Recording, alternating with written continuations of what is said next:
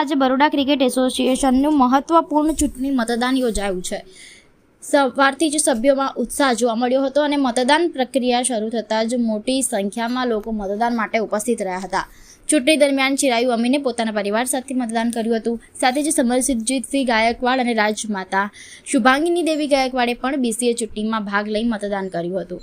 મતદાન અંગે પ્રતિસાદ આપતા ઉમેદવારોએ જણાવ્યું કે સભ્યોના ઉત્સાહજનક પ્રતિભાવ એસોસિએશન માટે હકારાત્મક સંકેત છે।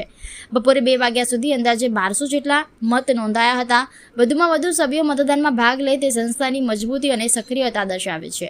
મતદાન બાદ પ્રતિનિધિઓએ કહ્યું કે તેઓ નિષ્પક્ષ અને સકારાત્મક અભિગમ સાથે મતદાન પ્રક્રિયામાં જોડાયા છે। રમતની ભાવના જાળવી રાખી સંસ્થાના હિતમાં નિર્ણય લેવો એ મુખ્ય ઉદ્દેશ્ય હોવાનું તેમણે ઉમેર્યું। વડોદરાને લોકોને યાદ કરવું છે કે ગયા 50-60 વર્ષમાં ક્રિકેટને કોણે હિતના વિચાર કર્યું હતું, એ જ મારી ઈચ્છા છે।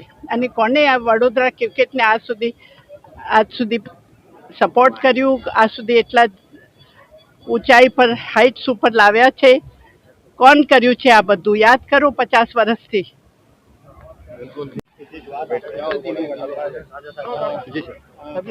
મત આપી દીધો છે અને આજે મતાધિકારનો ઉપયોગ કર્યો ઉપર મતદાન પણ થયું છે।